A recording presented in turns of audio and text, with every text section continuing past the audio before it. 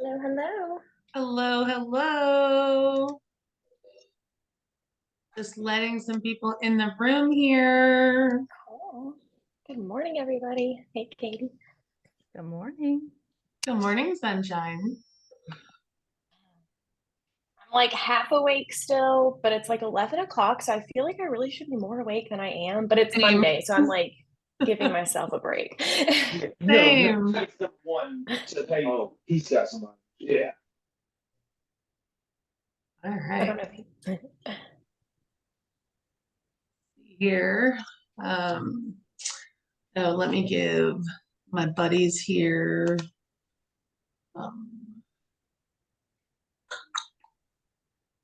controls.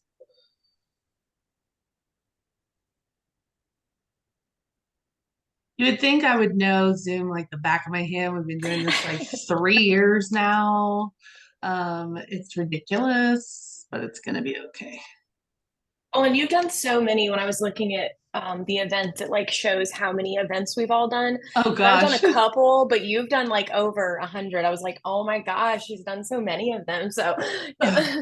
not Well, no that's pressure. what I'm saying is even more disgusting. The fact that I do them literally every week, and for some reason right now I'm struggling to find the allow multiple sharing. So let's see, multiple. There we go.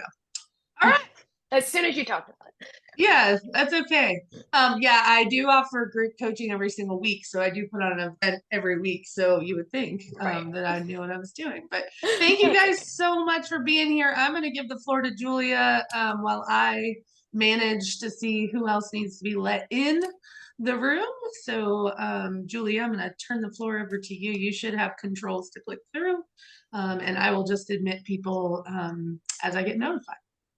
Okay, cool.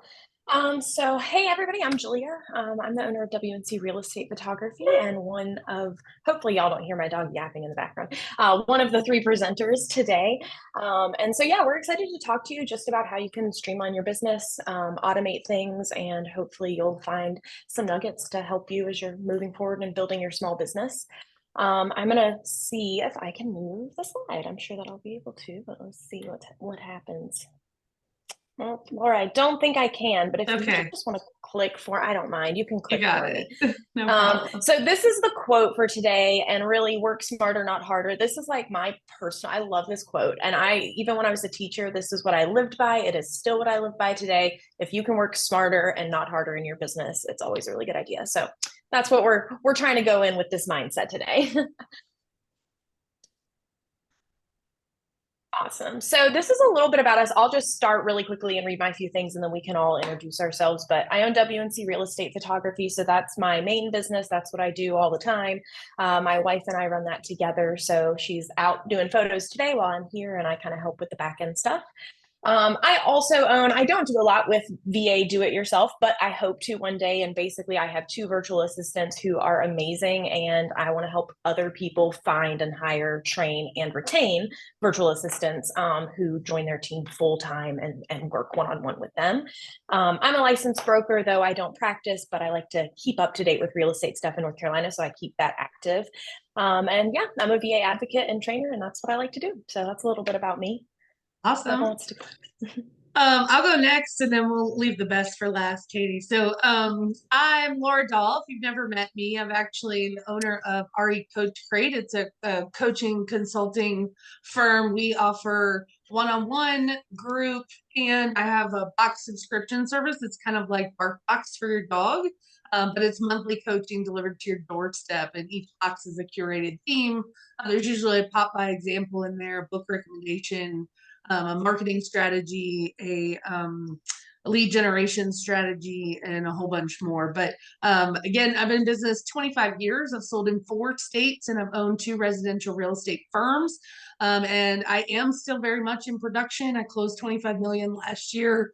Excuse me, while coaching agents all over the country. So I'm still very much in tune with what's happening around, and I'm just super excited to be here to share some nuggets with you guys as well. Katie. Awesome. Thank you, Laura. Appreciate the handoff. So I am Katie Dirrig. I'm the owner of Pearl Property Support. And we started as a transaction coordinator company, and it has since expanded to be a one-stop shop for all your business needs. So on top of TC work, we also offer virtual assistants, a whole spectrum of marketing services, including web development, social media management, copywriting, and podcast production. And then I recently onboarded 2 bookkeepers. So we are just designed to make and streamline all your business operations. I live here in Asheville. I'm licensed in North Carolina, South Carolina. And then as noted on our screen there, I also love traveling and hiking. It's kind of my decompression, get away from work activities that I really enjoy. Love it. Like you guys are in for a treat. Like I said, I mean, the 3 of us together have so much to share. I just am grateful to be able to share with you guys. So thank you. Let's see. Let's take a Zoom poll real quick so we know who we're talking to. If you don't mind, drop in the comment section where you're Zooming from and how long you've been in real estate, just so we know who our audience is.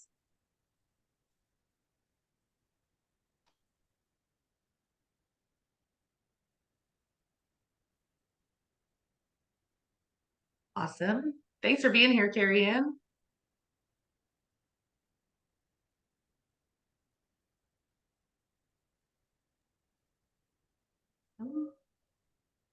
Ryan, where are you from? Where are you joining us from?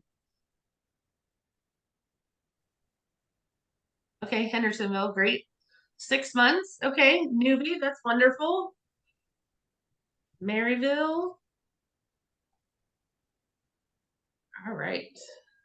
Bridget does copywriting for realtors as well. That's amazing. Anybody else? Where are you guys from and how long you been in real estate?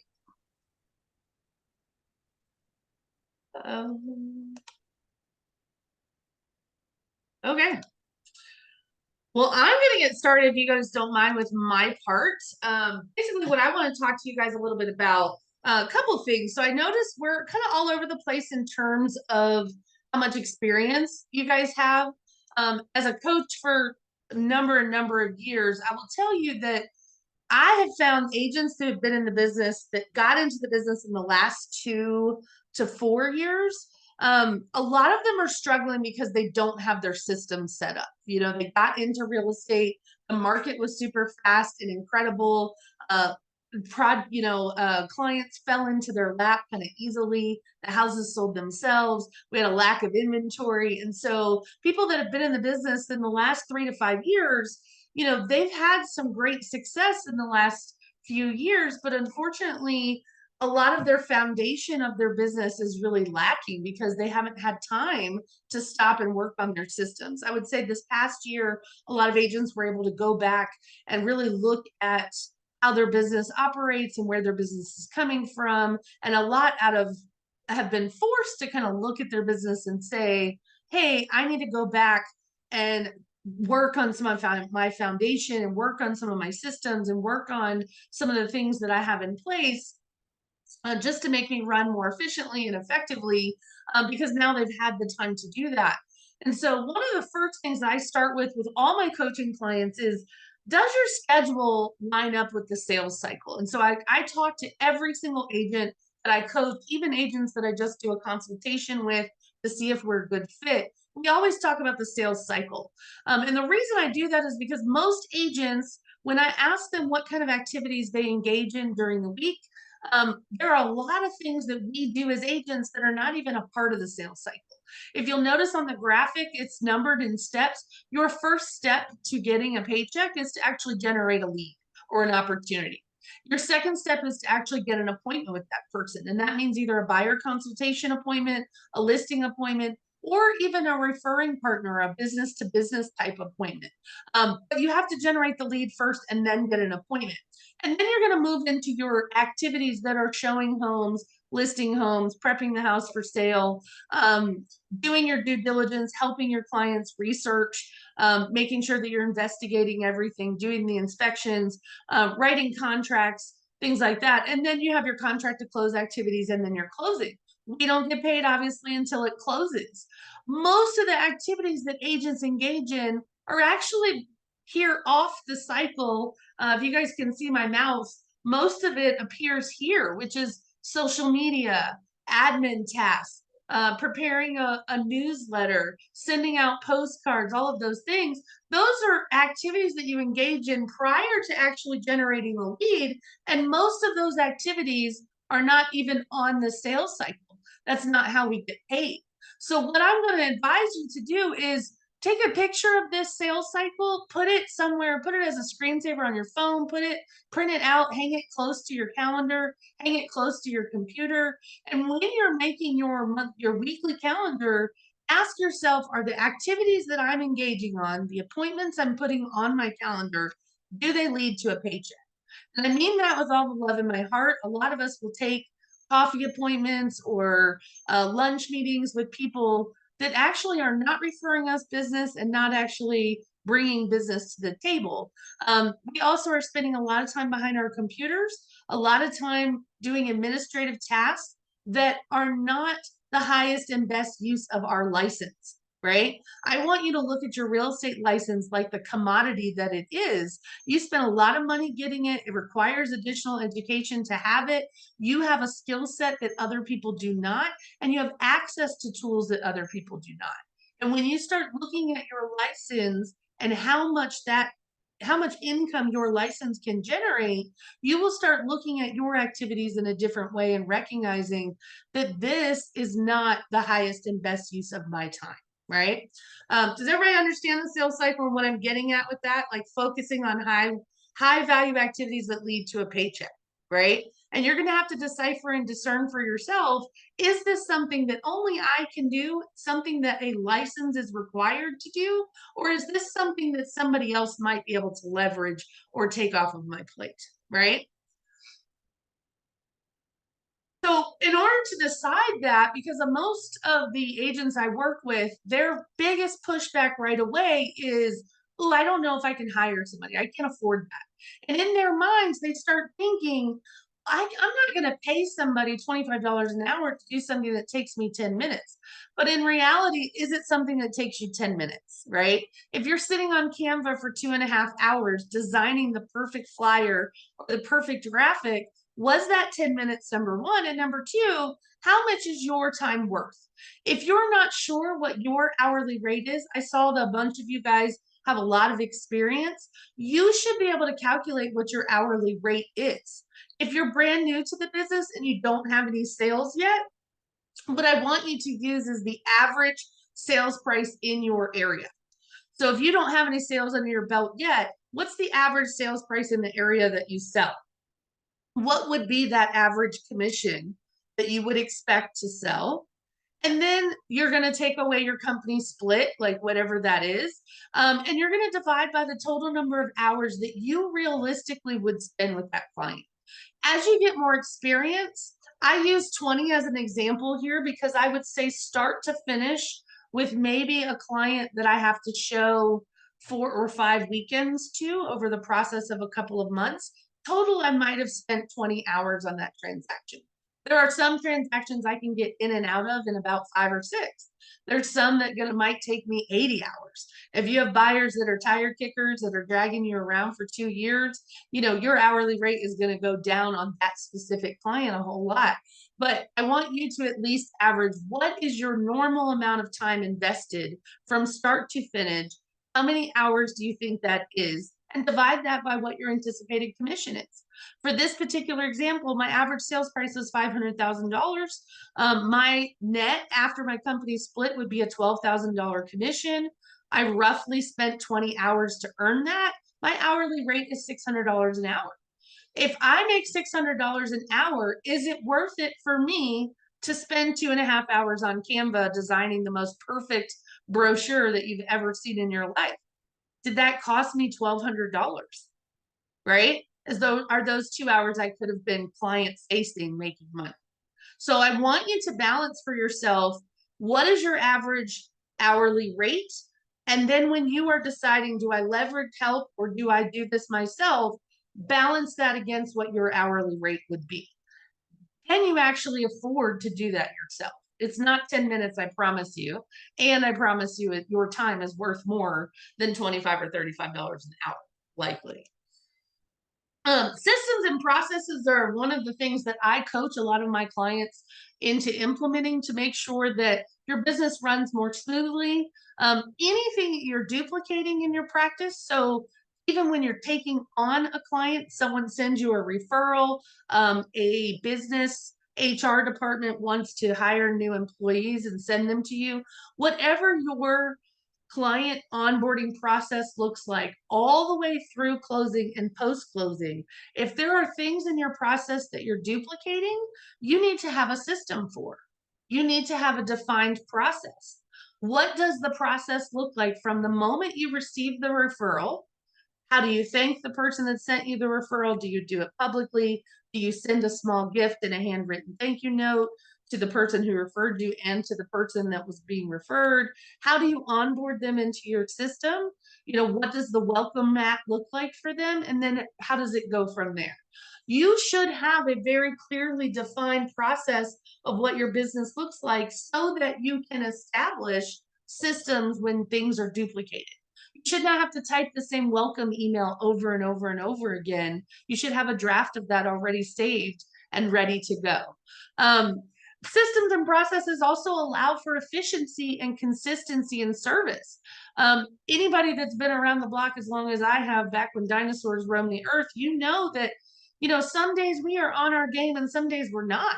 But your clients deserve consistency from you. If people refer you to them, they want that same service that you gave them to also be given to their friends and their family that they trusted you with, right? So what I want you to know is, are you looking at your processes, your onboarding of your clients as a whole, and are you documenting step by step what needs to happen from the moment a person comes in to your business to the moment that they're done transacting with you, and afterwards the follow-up? What does that process look like?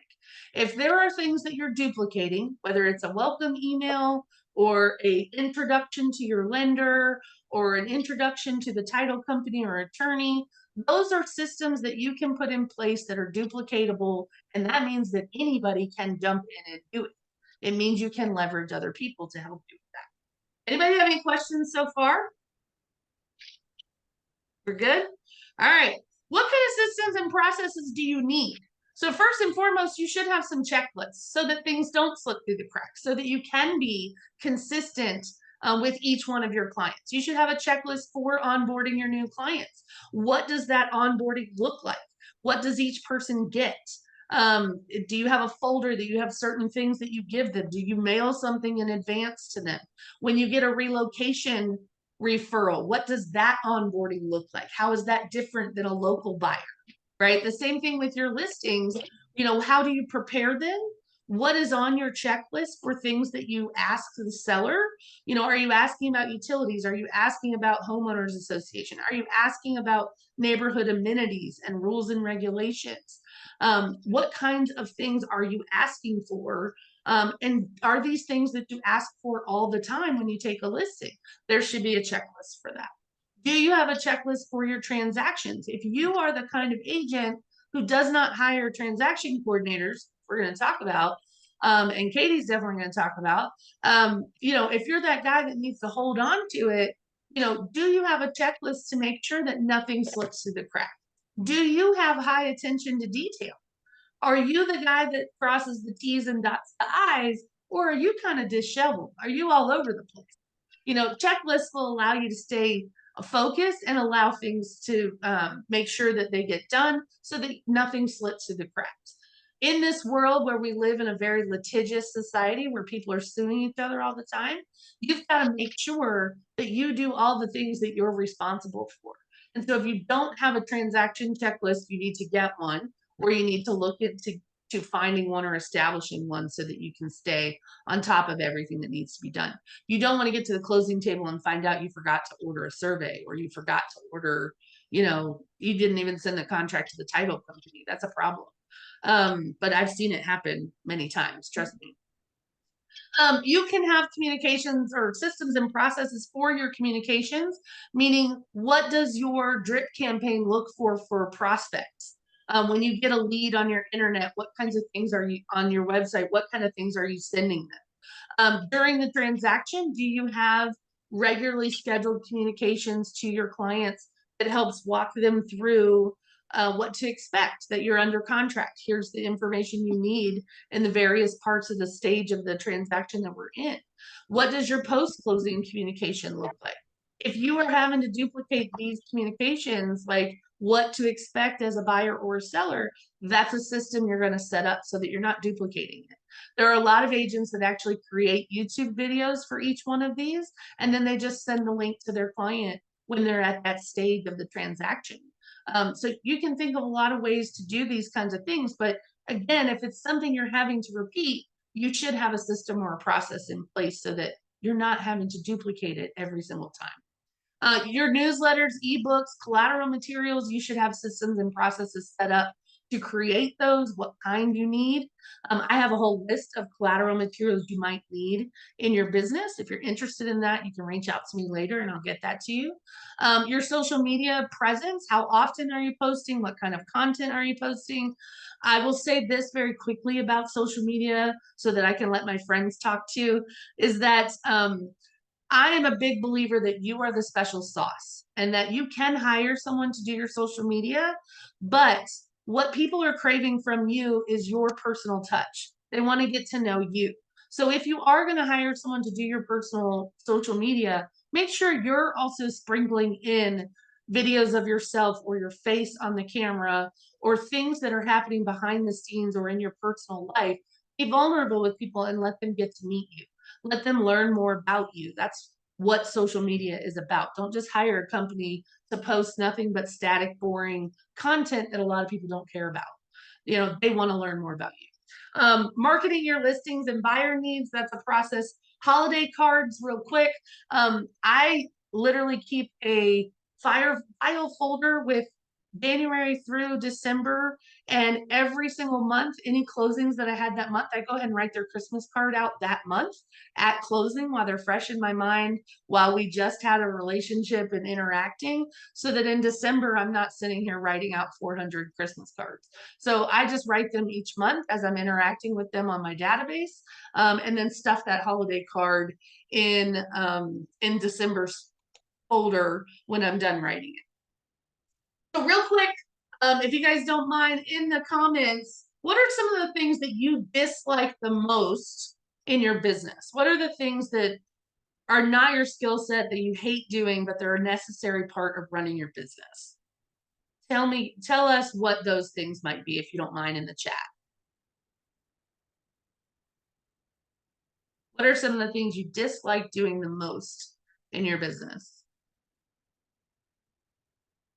Everybody loves everything they do. That's a lie. I know it.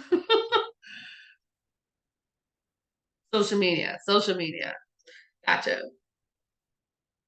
I hear this all the time. Admin and database work for sure. Putting all those combos I have in the database after you have them. I agree with you. That's very annoying. It feels like double the work sometimes, but I also have learned that you can use an AI note taker, and they can summarize your notes, and you literally can copy and paste that. If you are not aware of that, you should get into that. Anybody else have anything they dislike about running their business they want to share? I find bookkeeping is one of them. People don't like that. I also find that social media is the #1 thing that people complain about. They say they're not good at it. They don't like it. They feel like they're bragging. They don't want to be salesy to their personal friends. I totally get all of that. But remember, social media is what allows you to expose your business, market your successes, and promote your business in a way that lets people get to know you before ever meeting you. And that is a safe space for a lot of people. People don't use their phones for phone calls anymore. How do you determine what to delegate and what to keep yourself? I know Katie's going to talk a little bit about this, but what I encourage people to do is make a list of all the activities that are involved in running your business. Everything from start to finish, from the morning, the time you wake up to you go to bed. What are some of the things that you do in your business? You're going to go and make that list of all the activities that you do, and you're going to put a 1 next to the things that only you can do. You have a license. It is your special skill set. Only you can do that item. You would put a 2 next to things that you have to give guidance for someone else to do. It's not intuitive. It's not something that they likely already have the skill set, or maybe you want things done a certain way. So you would have to guide someone to do that. And then you would place a 3 next to anything you hate doing, anything you don't like, or you don't know how to do, or it's not in your skill set. Put a 3 next to those things. When you go back and evaluate your list, your 2s and 3s are going to be things you can delegate. And then sometimes the things that you put 1s next to, there's actually a solution for, and you may be able to delegate those as well, but it might be to another agent. A lot of agents believe that they have to start a team in order to get some help. And that is simply not true. There are people that you can hire on per showing basis, or if you need a showing agent, there are apps out there called Showami that will hire someone just to go show a house for you. But remember, if it's something that only you can do, that's where your time needs to be dedicated. That's what your license is for. What kinds of things can you delegate? Transaction coordination, your communications, landing pages and IDX squeeze pages. If you're at EXP or you have KV Core, you have access to those. Those are things that somebody else can set up for you that you can use in your ongoing marketing. You can also create squeeze pages or landing pages through Canva as well. Your social media we talked about, but again, keep it personal. Allow your special sauce to be a part of it. Copywriting, podcasting, and video editing, bookkeeping. Again, no one likes to do that. Market research is a good one you can delegate to people if you have relocation clients you're trying to help with. Then you may want to delegate that. Event coordination, you could get help with that. Client gifts, thank you notes, Canva graphics, pop buys. Scheduling your showing appointments does not require you. Somebody can log in and do that, or someone can call the phone number, someone can organize them and put them in order. Someone can even put it all on a map, the whole 9 yards, but you personally don't have to do that. Building funnels to attract leads, your database management, even running sponsored ads and SEO are all things that you can delegate to somebody else. I'm going to turn the floor over to Katie or I'm going to turn it over to Julia. I'm sorry, guys, for talking so long. I didn't realize I had so much to get out to you guys. But I'm going to let Julia talk about, okay, now I've decided I want to delegate some things. Now we're going to talk about who do you delegate those things to. So I'm going to turn the floor over to Julia, and you just let me know when you want me to click. Cool. Yeah. And I'll try to, we won't be on any of them for too long. So especially like, what is a VA? We all know this. You can even go to the next one now if you want. A virtual assistant. It's someone who can work with you part-time, full-time. You can really set that schedule for your virtual assistant. And by definition, they're virtual. So you work with them online a lot. But that doesn't mean you can't have a local virtual assistant, which Katie will be talking about a little bit later. So lots of different ways to have virtual assistant help. So why hire a VA? There's pretty much 2 reasons that people hire a VA, and you can click on. And the 2 reasons are to get your time back or to streamline your business. So 9 times out of 10, if you're thinking about giving away something to somebody, these are your reasons for doing it. Either you want more personal time or you want more business time to do the right business things like Laura was talking about, those high dollar tasks, or like kind of what I did when I was doing it, you want to streamline your business, you want to grow. So if you're looking for growth, having a VA can be tremendously helpful with that mission. And next, so we'll click through these. You can actually, Laura, if you just want to click like 3 times, all of these will pop up. We have touched on a lot of these. So there's 4 main sectors when it's like, what does a VA do? What can a VA do? Those things that Laura was saying you can delegate, those are things that a virtual assistant can handle for you. So whether it's marketing related with Facebook, Instagram, that was the thing I hated doing. I love doing all the pretty things in Canva, but I hated the consistency of posting every day. And that's what it's all about. I mean, if you're not posting every day, it's almost pointless. I don't want to say it's almost, but like kind of is, you have to be consistent. And since we've had that consistency, like everybody I see is like, I see you on Instagram. It's like, oh, great. My virtual assistant is doing that. Lainey is doing that. And so that marketing things, another thing like project management, if you want a list of I don't know, when I was a broker and I was active, I had white pages or yellow pages and I paid and I could get people's information.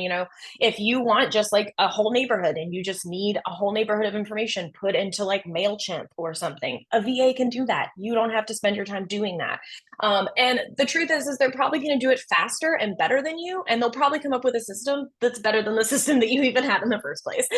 So that's the really cool thing too, is my virtual assistants. I have two, Lainey and Aisha. They're both in the Philippines, by the way. That's where I hire mine from, and I'll talk about that in a little bit. But yeah, they like come up with the coolest things. And I'm like, that's amazing. They're like, yeah, you like this? I'm like, of course, keep doing it. So they really can help you with your business. Communication, we talked on that, answering phone calls. I got to the point in my business 2 years ago when we hired Lainey, where I didn't want to answer the phone. And that's bad because everybody's calling to book appointments with me. So like I should want to answer the phone.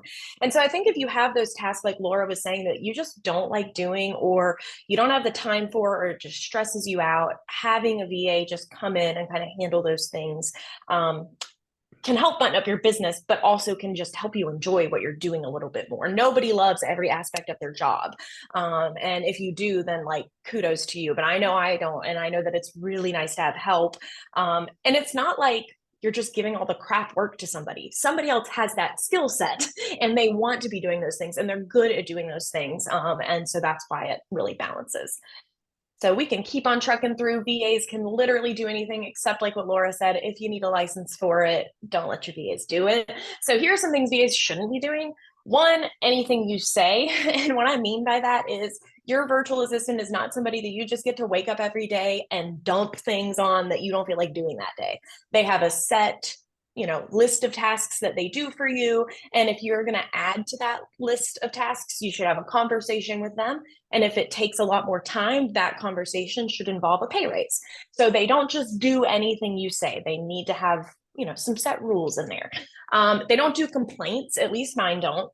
If you have, like, even maybe with Katie, if you had like a local virtual assistant who was like here in Asheville, like maybe doing complaints, if you like really could flush that out. For me personally, if we have a complaint, I feel like they need to hear from me. And most of the time my client wants to hear from me anyway. So don't let your VAs do complaints. And with brokers, even if you have like a particularly tricky client that you already know this client is gonna complain, then don't give it to your VA to do all the communication. Try to step in a little bit more. VAs are people too, right? Like you want to make sure that they're happy and you're not just giving them terrible, people to deal with all the time.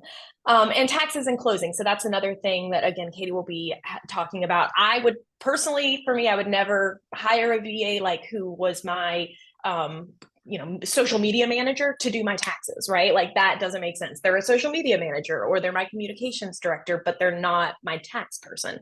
And especially if you're hiring a virtual assistant who's overseas, they don't know North Carolina law. So like they shouldn't be doing any of your closing documents. They shouldn't be doing any taxes, anything like Laura said that you can be sued over. Probably wouldn't have your virtual assistant doing it unless they are super, super, super qualified and from this country, probably. So we all have the same laws. Yeah. So those are some things they don't do. You can kind of, if you want, just, flip through these. Pay $3 to $9 per hour is what you're going to get for a virtual overseas assistant. I don't know where my other icons went. They were like, no. Oh, they're there. And local pricing is definitely going to be a little bit different. You got to think about anytime you're hiring anybody, you want to pay them a fair wage. The photographers on my team, they all make what Asheville considers a thriving wage. They make above that. My virtual assistants make a thriving wage for their country. That's really important to me. So whatever you're paying, whether it's $25 or $50 an hour, you should be paying somebody what they're worth in the place that they're working and how that makes sense for them. So for me, I'm in that 3 to 9 price range. And for other people, you might be somewhere else. So just kind of check in on that. Upfront costs. So I put this on here. If you go into Google and you type in, I need a virtual assistant, I don't know, maybe that's not what you type in, but whatever you type in and you're trying to get information, you're going to find all these places that will basically, you hire them to find and train an assistant for you. And that can cost anywhere from $500 to $8,000 plus. And I say plus because there are some out there that will like find you an assistant and you pay them like $1,000 every single month to keep the assistant. So you don't pay your assistant directly, you pay like the nationwide company. They have other ones where they'll just find them and hire them and train them and then pass them off to you, and you just pay them an upfront fee to do that. I'm a big advocate for doing it yourself. I did it myself. I found my own assistants. I kind of did the math and I was like, I can actually use my time to find somebody. And I was a teacher. That's what I did before. So for me, training somebody wasn't super daunting. If it is a really daunting task, then maybe having a local virtual assistant who like might help multiple people so they already kind of know what they're doing might be better. But for me, I wanted to build my team from scratch. And so that's why I went the route that I did. I trained them and found them.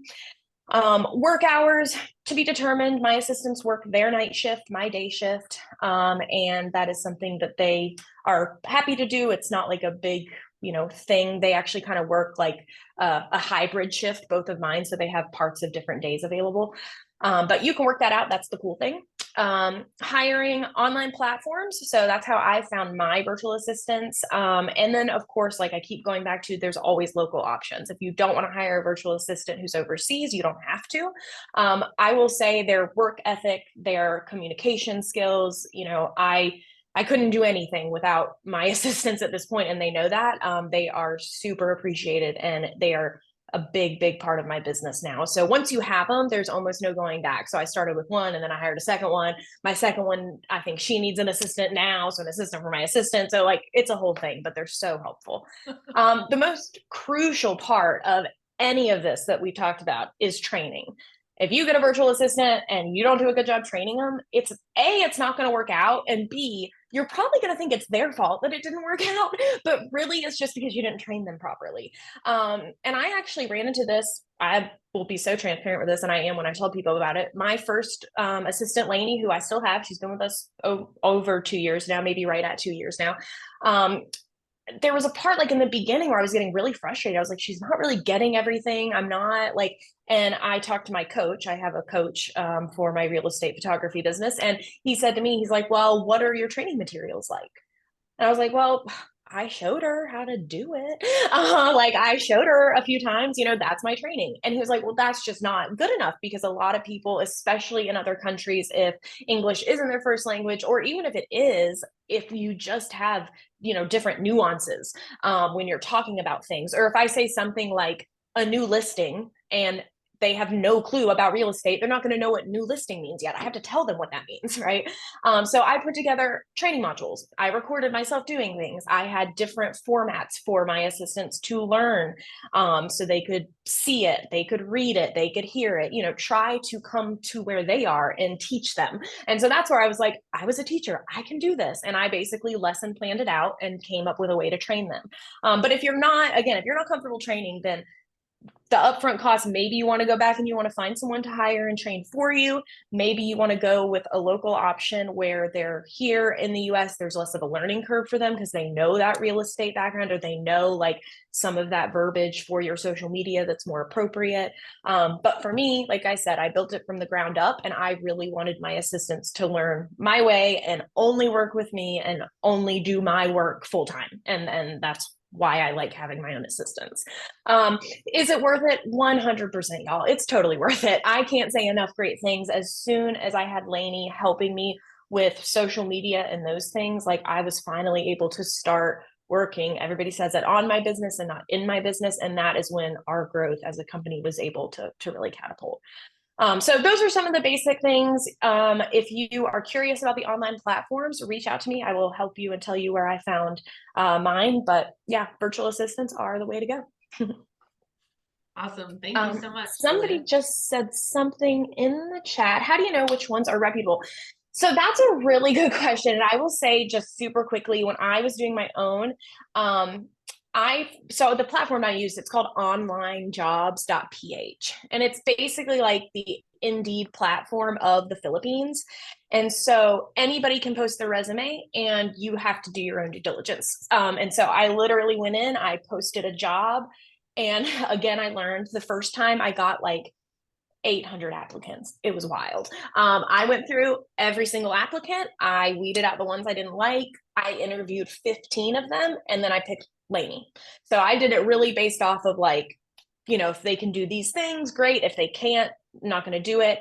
But there's tons of reputable like online platforms where literally Philippines can just put up their resume and you can find people. So I I think I have a knack for finding good people. I flushed them out. I asked really, really good questions. And again, if you want to do it yourself, reach out to me. I can help you. And right now, I'm not even charging to help. So reach out to me before I start trying. I'll have a course eventually where I teach people how to do this. But yeah, just reach out, ask me questions, and I'll point you in the right direction. Julia, do you mind dropping a link to that Yeah, online platform in the chat? absolutely. Thank you so much. Online jobs. There you go. That brings us to Katie. Katie's going to talk about the stages of business growth and her offerings and just kind of tie it all up for us with a ribbon. So I'm going to turn the floor over to Katie. Awesome. Thank you so much, Laura. I really enjoyed your presentation about the purpose and the why and how you can delegate. And then Julia, just sharing your experiences with delegation and hiring a VA and how that's helped your business and just your work satisfaction too. I think that's a big thing we don't talk about often is finding that work-life balance so that your job is enjoyable. So now I'm going to talk about the when. So when do you know it is time to delegate tasks? And with that comes the stages of business growth. So Laura, if you want, there's 5 stages. We can there we go. So we'll start with number 1 is existence. So for a lot of agents, that is just forming your business, getting your license, going with the firm, just laying that groundwork and that foundation for your business. Number 2, survival. So that's revenue versus expenses. So any of you that I know we had someone here that was 6 months in, you are just hemorrhaging money when you start as a realtor. Right. You are getting your license, you're getting business cards, you are doing all your post-licensure classes, you're doing marketing, you are just dumping money in and trying to generate those leads at first. So that survival stage is really finding that balance between your revenue versus expenses. And trust me, and I think Laura can vouch for this after time. Oh, go Jamie. Okay. 2 closings. That's awesome within 6 months. That's fabulous. So I think you're kind of teetering here as you look at your own business and where it's at towards the success stage. So that's when you do have that balance and you're starting to gain some revenue and get that foundation for your business really set. And once you're at that success stage where you have that balance, you're doing really well, then you can kind of teeter this takeoff stage. And between success and takeoff is really when you're going to want to start delegating and bringing in those assistants and I think Julia can vouch based on her own personal experience, it almost gets to be too much for one person to handle. And you're really got to ask yourself, what is the best use of my time? Is it something, as Laura mentioned, only you can handle, or can you delegate it out? And to get to that takeoff stage is really when you're going to have to start delegating. And then that final stage we all want to get to, that's resource maturity. So that is consolidating your gains, building equity, just enjoying all the fruits of your labor. So I'd like to ask if you want to put in the chat what stage of business you are in and where you want your business to go.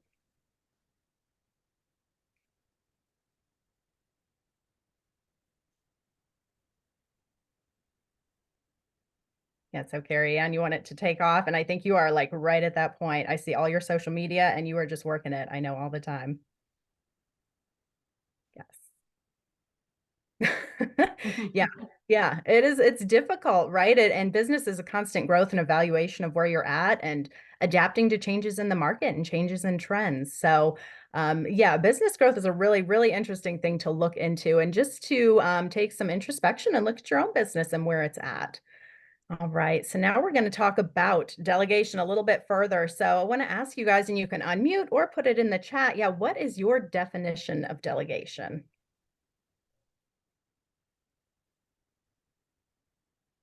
What I found, and I hate to read, but I'm just going to say it. So delegation is the process of distributing and entrusting work to another person.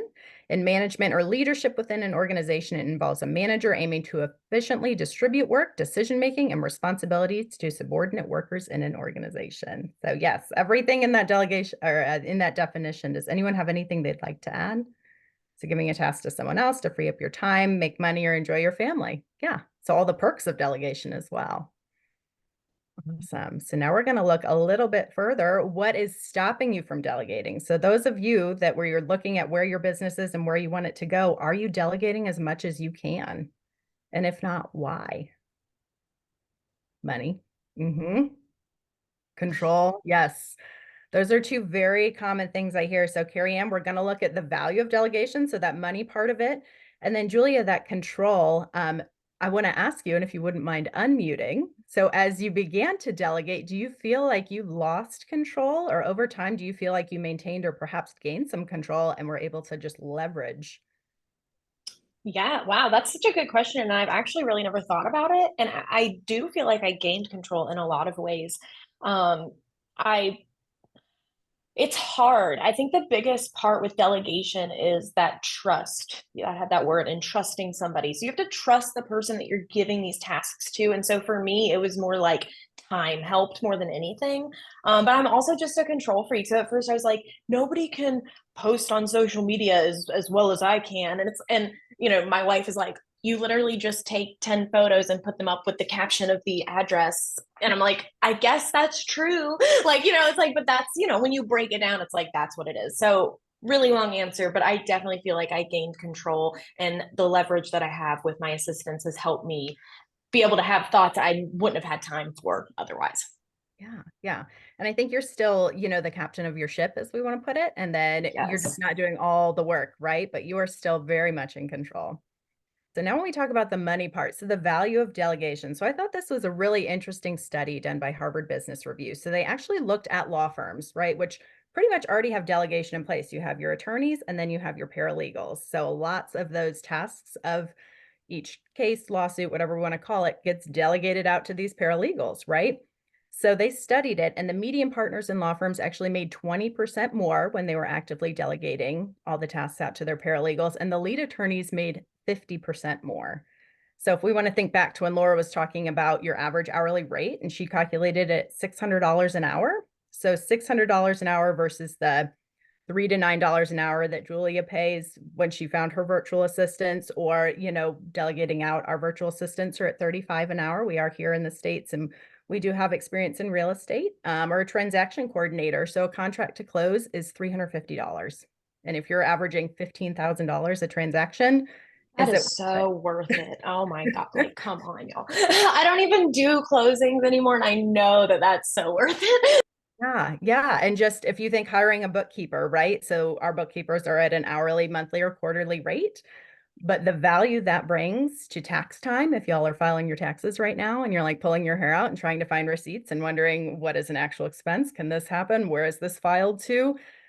Avoiding that stress brings you that work-life balance. It brings you a lot of joy, and you're avoiding a tax audit. Like, the monetary value and emotional value of that is just, I think it's, very well worth it. So any thoughts on that now that we've talked about the value of delegation? If money was holding you back before, has that shifted at all, seeing this study?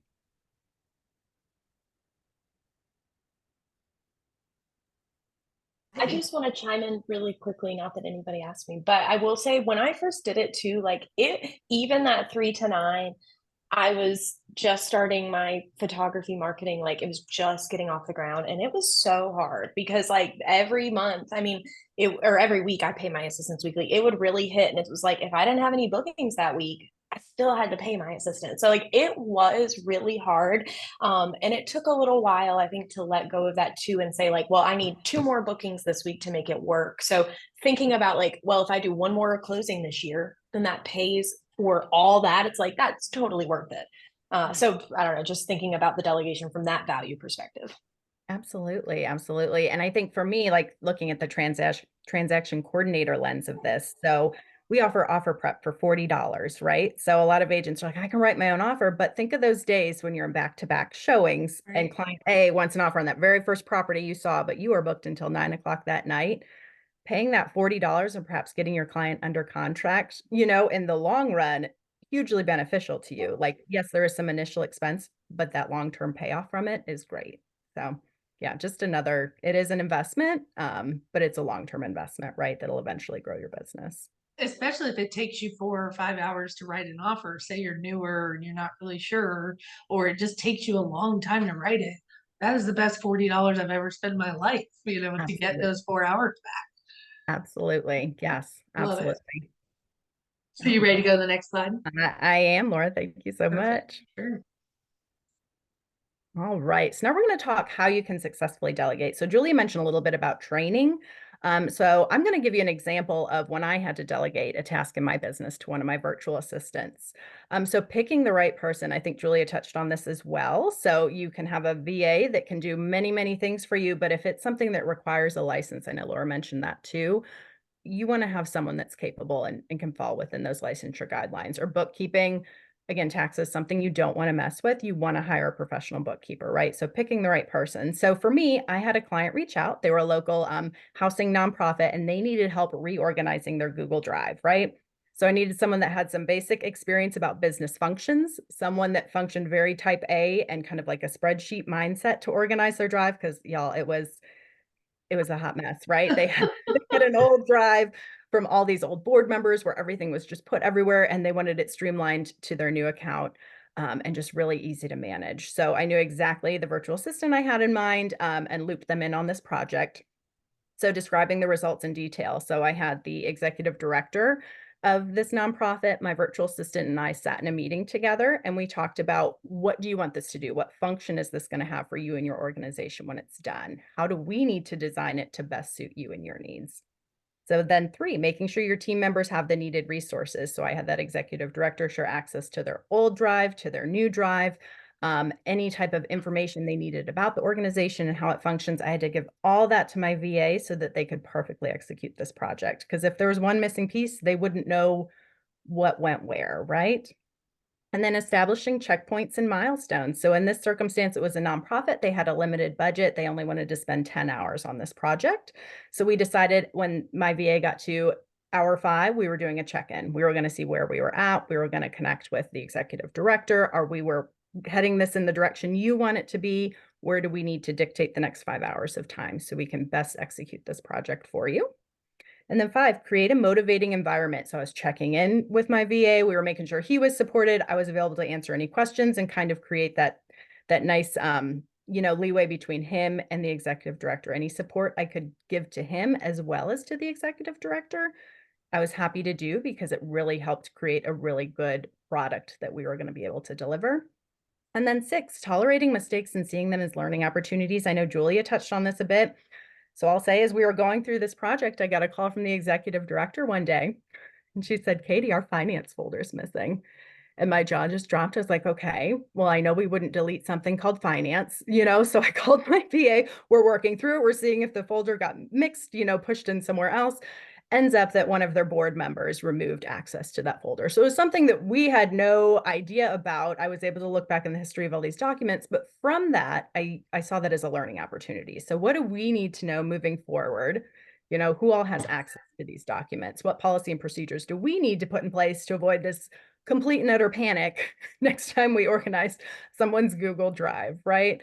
So delegation, it really is, you're taking a leadership role. So I think, that's one big shift you have to take in your mindset when you start delegating tasks out, is you're so used to that hands-on control, but instead you're going to have control as a leader now. So how to properly fill those leadership shoes and support the people that you're delegating tasks to. Any questions or thoughts about this process? That was a great example, though. I love how you walked through all the steps of that. Yeah, thank you. Thank you. Well, that is the end of my spiel about delegating. And of course, as like Julia mentioned, she's happy to guide you through that process of hiring an overseas VA. Laura's always available to coach on your business. And she's just phenomenal. I love talking to Laura. And she's such a great motivator. And then I'm here if I can provide any local support. I mentioned the wide spectrum of services we offer as far as marketing, admin, and bookkeeping support. And I'll turn it over to Laura and Julia to wrap it up. So I just want to ask those of you that are left on the call, is there something in your business that you were hoping we would cover today, like something that would help you automate, or something that you were hoping we would cover that maybe we didn't? Because I always like to leave it where someone says, "Hey, I came here for this and I haven't heard you say that yet," before I let you go. So is there anybody that has anything specific that they want to pick one of our 3 brains or all of our brains about that we can help you with before we let you guys all go?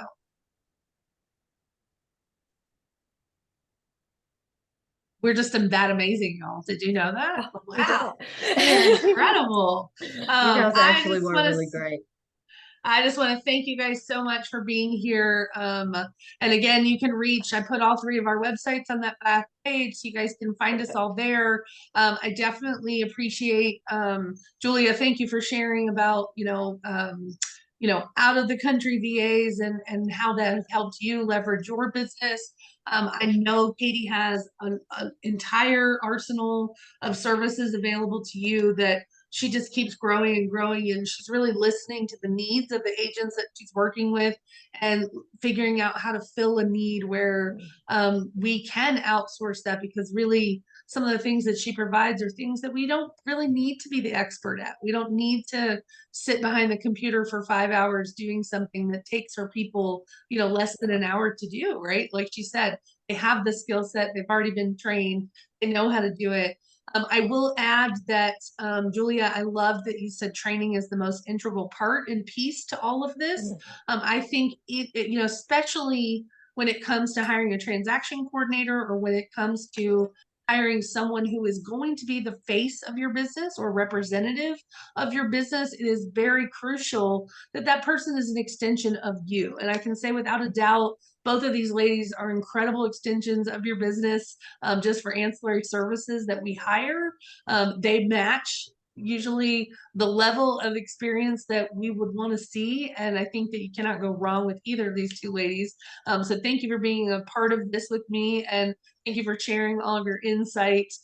And thank you guys for attending. I hope it was helpful. And we look forward to seeing you guys soon, and let us know how we can help. For sure. Okay. Awesome. Everybody. Thanks, y'all. Good to see All everybody. right. Y'all have a great Oh, day. hey, Mallory. Awesome. Oh, hi, Sorry, I just saw Mallory. Mallory, so it's good to see you, Mallory. Bye, everybody. Hi, Julia. Thank you. Yeah, for sure. Glad you chimed in for this. That's great. Sweet. That was great, guys. Bye, Love it. ladies. Sure. See ya. Good Bye. job. Bye.